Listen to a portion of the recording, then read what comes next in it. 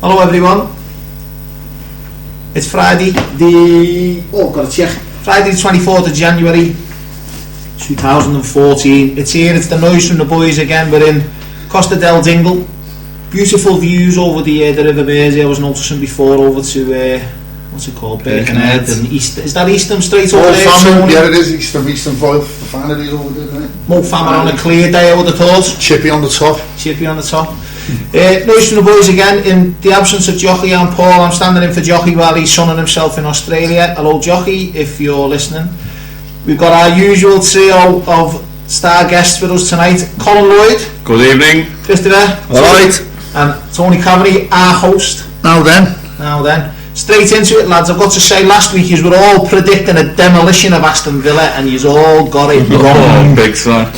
Colin, how wrong were you? I can't remember. I think I said 4-0 Luis Suarez to get the first, Paul.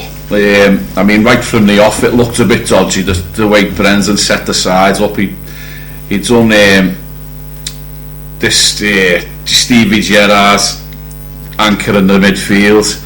The Gerrard's experiment, we were calling it, in the match at half time. It failed, and it failed abysmally.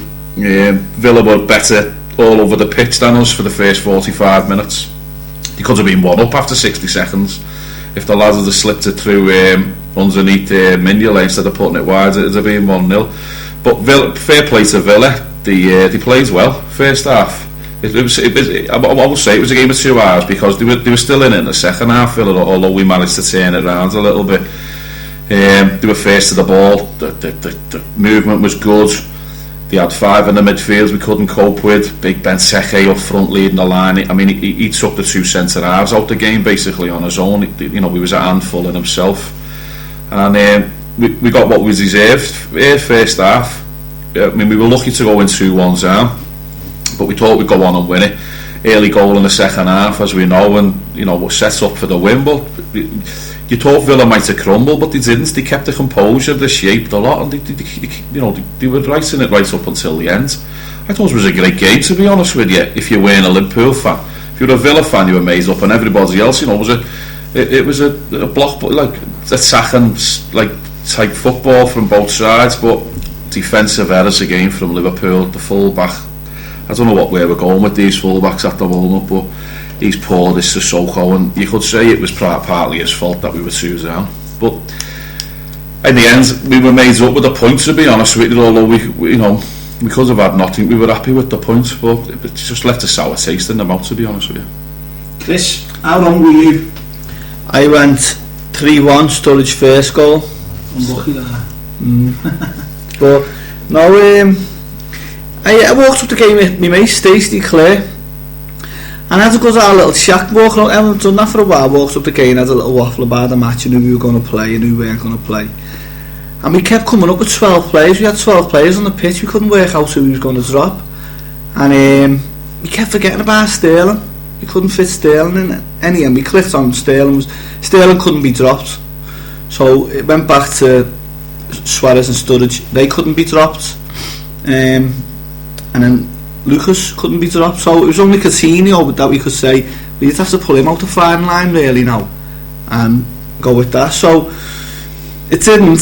He played Coutinho and rested Sturridge, and it didn't work. Rested Lucas sorry, and it didn't work until he come on late on the game. But give Villa the due, like they come out and done their own work, and they they could have been 2-0 down after 3 minutes.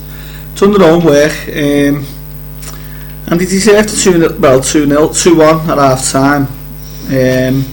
But I'm happy with the point at the end of the game, because 2-0 down, I thought it's going to be hard for us to get back into this game the way Villa are playing, especially at Bournemouth. He runs ragged, and so I come out the game 1-1, disappointed, but glad we got the draw, got something out of it. Played poor and still got something out of it, which was 4 points out of 2 games, and if he's still working on that 2-point game basis, the ratio's right. It's you'll take that. We got beat by them twice last season, so where we are now, I think Tony's a bit downbeat on the game, but No, you got to take the positives. We're still in top 4 where we wanted to be at the start of that game, and you know, let's see where we go from here. But I don't know. It doesn't look good at the moment, does it? Colin, what do you think? I know what he's joking. I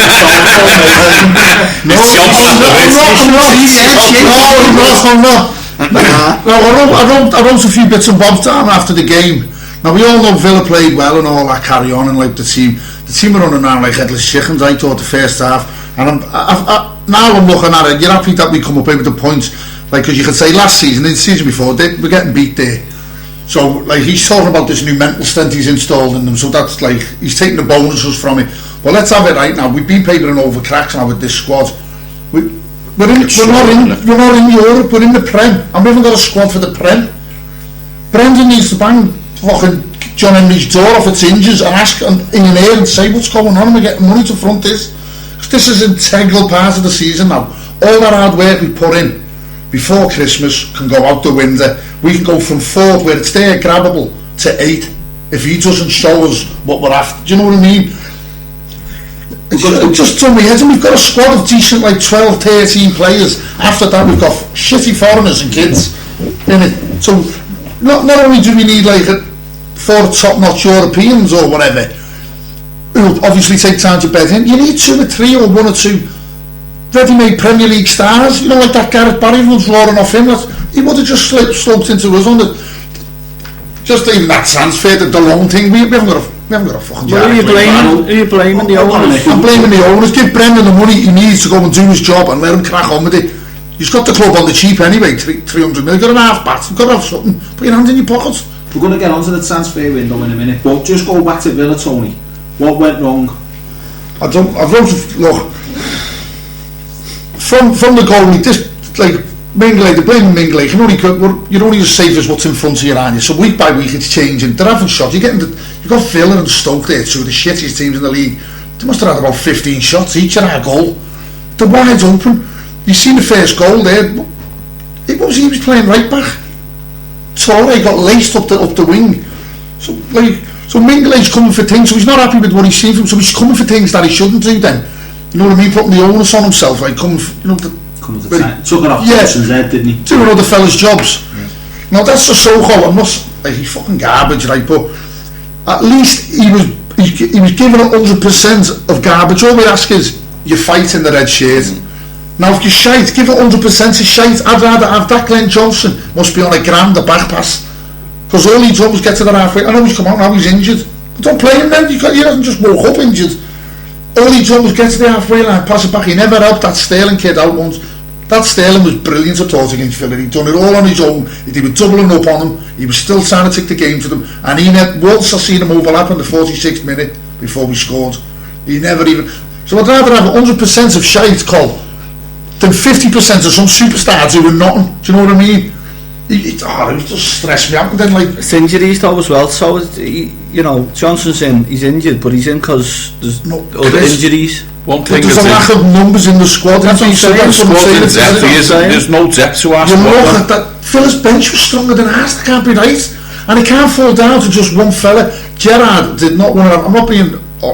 Said something about Gerrard, like someone behind me, like, you know, talking about our Lord or something. Why can't you? If someone's having a bad game, one thing I did notice against the Villa game is that setup the Suarez and Sturridge didn't appreciate the way the midfield was set up. Do you know what I mean? There was 40 yards between. Well, I don't know. It was the attacking midfielder in the first half. Would you say it was Jordan Henderson? And he was sat on Gerrard's toes. And then there was 50 yards to Suarez. You could see Coutinho wasn't happy, pushed out to the left. You know what I mean? You could tell from the word go he was. You know what I mean? That's the worst you've seen. But surely that lad needs to bring this real squad things. He's a kid, isn't he? So he need a break, pull him out and give him a rest. It's not happening. We haven't got it though. We haven't got the ability. Well, the question is then, and I don't know whether Colin or any of you can answer me this, but is there anyone in the reserves that we're not tapping yet that could come in and be on the bench and could add something? Well, in the way that Barkley added something to there was the two Texier. It might be a little bit off, a short way off yet, but there's two kids there that made the bench at Chelsea. One of them come on, and this was they only made the bench through default because we were down to lack of numbers. Was Jordan Rossiter and Brad Smith. But Brad Smith's a centre half for the under 21s, and he put him into the Oldham midfield, the Oldham midfielder's position, and it was bouncing off him, and you could see, he must have looked around and thought, Jesus, there's 40,000 people looking at me, you know what I mean? He didn't have any composure on the ball. So what I'd say there was, to your question, Paul, no, at the moment there isn't no one in the under. It's not the reserves. It's a basically under 21 development side. What about Rossiter? Rossiter, we're talking a kid now who's, I think he's just turned 17. He's playing. How old's Barkley? Called just off the top of your head. Barkley's 18 years of age. Barkley. I don't really want to make comparisons with Barkley and Rossiter, because even at that age, 12 months was a massive difference. Even at that age, you know what I mean? Barkley looks like he's turning into a man already, where he's similar to Rooney's is. They're like born men, do you know what I mean? Big 6 foot, so they've got everything hanging out of them. Whereas Jordan Rossiter, he looks like, I don't want to say this either, but he looks like a young Steven Gerrard before he fills out and become a man. So I think Jordan Rossiter's got 18 months left, because bear in mind he was playing 2 or 3 age groups above himself. He has been for the last 2 years. When he was 16 he was playing for the under 21, so he'd missed the 19s and the under 18 side. I went straight into the development team. So just going back to your answer, I don't think there is anyone in the reserves, not at the moment anyway. What's happened with Cody? Where's he? He's on loan. He scored last weekend. Listen, we're going to go harp on about the loan deal. Like, there's another show about how shit we are in this loan window, that we don't know how to do the loan things, but you can't tell me that Barini and Aracidi wouldn't strengthen our bench now to what we've got. Do you remember what we said 2 or 3 weeks ago, mate? These players are playing well now for the simple fact because they're playing, mate, regularly. And they weren't getting that at Anfield, do you know what I mean? So what the owners are doing is going back to business again. You've got someone on 50 grand a week twirling his thumb, someone on 30 grand a week twirling their thumb. Get them out on loan and get them off the books. But Barini, what did they bring in? Barini and Moses are playing in teams where there's not pressure on them to perform. They've gone in on loan and they're going into teams like Stoke and Sunderland and playing well. You know, they're playing for Liverpool and the pressure's on them straight away. The crowd's on them straight away. Come out with a good shot. Henderson took it as time to find his feet. Is the shirt too big for them? Yeah, it is. Can they wear the shirt and cope with it? As what Chris has just said, with the mental pressure. Going back to that Brad Smith, he looked around at Chelsea. Rabbit in the headlights caught me. And it's wrong, do you know what I mean? On like that against Chelsea. Rodgers was trying to make a point in that game then. Political centre halves on the pitch the week against Southampton. I haven't got one now. That's alright. So injuries, someone got his days a beard. You can't count for injuries. He's like fucking Benjamin Button. You know what I mean? What's your brainer? If you've got no pace, it's a football brain. Don't put up on the halfway line. That I all sent him for a scout pie, and I was just like embarrassed. Well, we said it on the Friday last week, didn't we? We said there's 3 people we've got to be wary of here, and it was the 3 centre. It was Agbonlahor, but they dragged Agbonlahor to an attacking centre midfield, and he dictated the game. Didn't he? Benteke, I called the other fella, the wardrobe. What's his name? Cancelled. But he didn't play. He played Vyman, who's a better footballer, and he basically just outplays us for 45 minutes. Like Gerrard's done well. If you see, he chased him back, but then he just went to sleep, didn't he? And he just like the ball coming that Vyman was alert and just got in front of him, but he done his own way of getting back with him. But Gerrard, come on, the captain of England's going to Brazil. He doesn't want to play that old role now. He doesn't want to get injured. He's not firing on 100%. No, they don't want to miss that plane to Brazil.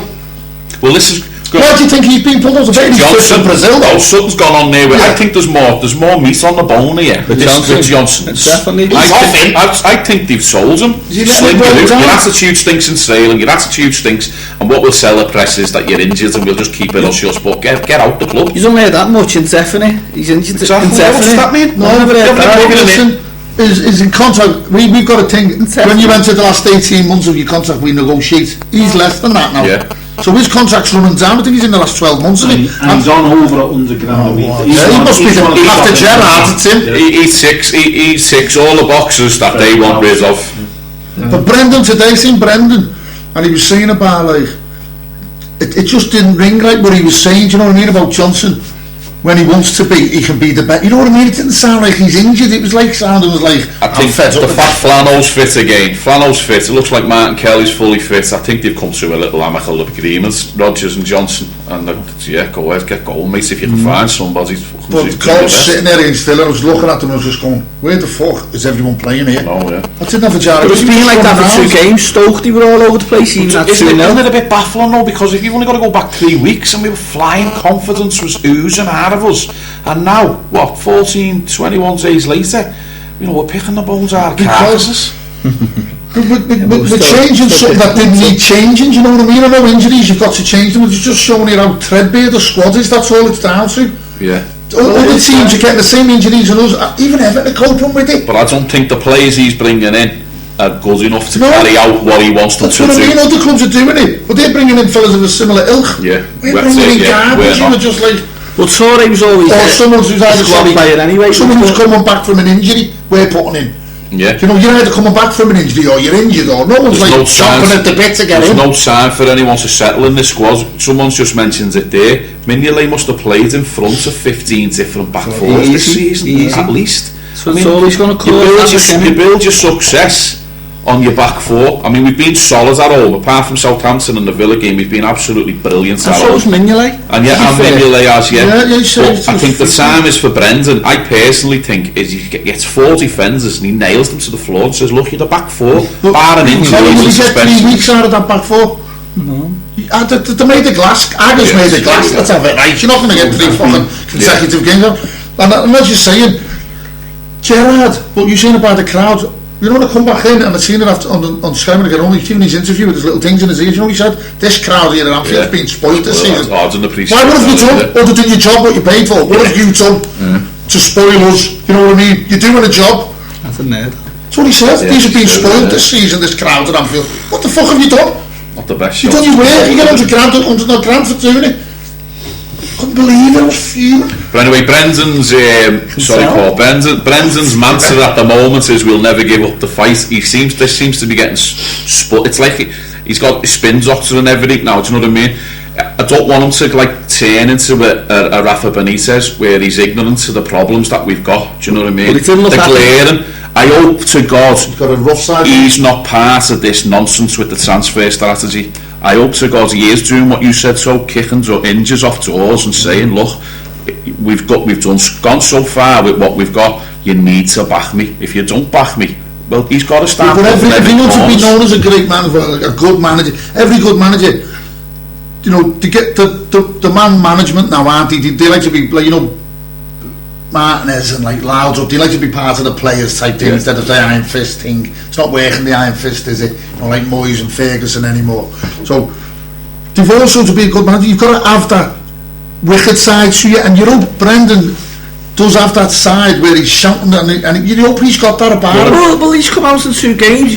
Stoke come back to 2-2, he's come back out second half and turned the game around. Villa 2-1 down, bad first half, come down and turn the game around. So he could be in the change, he's kicking the fucking... I'm not about to the board, I'm not... He's fucking ripping teeth. That's what I mean, is with the other 2 fellas, the 2 Yanks and Ian He wanted. Well, that's me. You just brought me nicely onto this point. So maybe that's how Brendan got the job. Yeah. You know what I mean? On his job interview, and he said, "Look, I'm not here to spend your money. You just get me whoever you want in, and I'll teach them how to play football." You with me? Do you know what I mean? I hope to God that's not what it is, because the people who he's getting in aren't good enough to wear the shirt at the moment. You know what I mean? So hopefully he's Brendan A rather than Brendan B. We want the Brendan A who's going to go in and tell the owners, look, you need to fucking back me with money, as opposed to the Brendan B, what we think got the job in the first place, where he said, I'll do it and I'll do it on peanuts. Well, they brought him in because they wanted to do it their way. Yeah, it's right. They wanted to start bringing in young players, shifting out the old asses and doing it their way. So they have brought him in to do it their way. So from day one, they've said, well, we told you how it is. But listen, look, right. Now, these are businessmen, yet this FSG, there's about 13 on the board, isn't they? 13 millionaires. These are businessmen. So if they don't know the footy side of things, surely put your business heads on and look, to strengthen the squad, you've got a chance of 4th and you'll reap all the benefits of that next season if you get it. So for a short-term thing that's not going to cost you hundreds of millions of pounds, give him 50 mil to go and have a little... What I'm saying, should be telling them that. This is what I'll tell you. They've got a business plan, these Yanks, and they don't step outside the business plan. when they all get round the table, like, this is my personal opinion anyway, when they get round the table with a transfer what could be looming, i.e. Mr. Salah, for instance. So Brendan says to Ian Eyre, I want Salah. Ian Eyre then goes to the two Yanks and says, we want Salah, what have we got? The two Yanks turn around and say, you can have 10 million to sign him, you can have 50 grand a week. If you go any above that, the deal's off. And I think they're not prepared to step outside the parameters. I think that's about right. Well, Ian Eyre's not coming out saying much, is he, at the moment? No one's mentioned anything about Salah yet, have they? In the one sense, though, people would say that's the Liverpool way. And a couple of years back we were crying out for this when Hicks and Gillette were all in the echo and everything, all the dirty washing was getting washed in public. These have gone completely the other way, and now no one's saying anything. Because we don't know what, you know, when these first come in, these Yanks, fucking hell, you couldn't get rid of them. They write letters to us every week, sending letters over from America. Haven't heard a word off them now. Tell us what's going on. Where's the money? Well, where's the money, Will? Sound like a toffee. Like, moving on to that's show me the money. We'll forget about Villa then for a moment and put it down to just a bad day at the office. But as we've done anyway, there moved on to the transfer window. So all the anticipation, January the 1st, everyone's talking about the transfer window, and it's turned into just a damn fart, isn't it? Well, everyone really. Out of all of the top clubs, you could probably say there's only Chelsea at the moment. They're just what's the name of it? They've got money in, so they're spending money. They're going to spend money out. I mean, United haven't bought anybody yet. City haven't bought, but I mean, who's the City need? So, going back to what Tony's just said there a couple of minutes ago, fourth place is there to be had, and as he's just said, it's a small minor gamble that you're going to take, and the rewards are far bigger than what you're putting out. But, and I say this with a heavy heart, I don't think they're in it for it. I really don't think they're in it to gamble. They're not every time because of Andy Carroll and Stuart Down, and every time someone comes up for sale and Liverpool are interested in them, they've got parameters what they work in, and if it goes beyond them parameters, our dealings are finished. Let me just give an alternate view, right? And I'm not saying it's my view, I'm just saying devil's advocate, right? If you say just give us 50 million quid for transfers, because that could get us fourth place into the qualifying place for the Champions League. How much you earn if you're in the Champions League for one season? 30 million. So why does that make sense to these American businessmen? It doesn't. It makes sense as it's not coming out of their pocket. Do you know what I mean? It's not a gamble, really. They're losing money then, aren't they? It's not a gamble. They're just trying to control it. Surely there's fucking 50 mil that alone. We're not buying these players for one season, are we? We're not in, see what everyone seeks. I'm not saying everyone, we're all thick, but we're not in Europe. Do you know what I mean? So we've got to do something to get in Europe, and at the moment what we're doing isn't going to be enough. So we're all going to sit here in 12 months time and say, why aren't these Yanks throwing 50 million? They've got to do it now, because the league, it's not weak, the league, but the teams at the top now are getting smaller and smaller. It's like the top. There's two leagues. You've got City and Chelsea on their own, and then it's Arsenal, Tottenham, Everton, Liverpool, whoever else you want to put in it, all vying for that fourth space. Man United. Whereas last season, the season before, and the season before that, the teams were nails on. Now there's 8 or 9 teams going for that last spot. If we're not going down that road of throwing the money at it, we need to go and get fucking Harry Redknapp's phone number and see how you do this loan deal thing, because we haven't got a clue. We had garbage in the loan system. It was the ridicule of top teams in the past one. It was only the top, it was only, used to laugh at all like all the relegation teams doing it now. Now it's the plaything of the rich and everyone's throwing. And there's a barb on how they do it now, isn't there? Like Mourinho said, we give them out to our thing to score against other competitors and all that. He's selling Mata, so Mata goes and scores against Liverpool. This is why he can't play against Chelsea. But because we're brand new at this game, and this is why Everton are good at it, they've done it for years. They've always got that young fella, they've always got fellas in who've helped them out and kept them in the fucking league, really, or got them into Europe. So because we're brand new at it, we're getting the likes of Sissoko and Moses, we're getting bumped in this thing, because like we're brand new at it, we don't know, we're not schooled in the ways of doing it. We used to do the bumping, we'd sell you shite, so it's fucking 10 mil. It's like though, and the manager going in to get these loan players though, isn't it? Moses and Tully just made a great point about Everton, who have got a sack record. What's this? We've got a rival radio station. Don't. Stop before.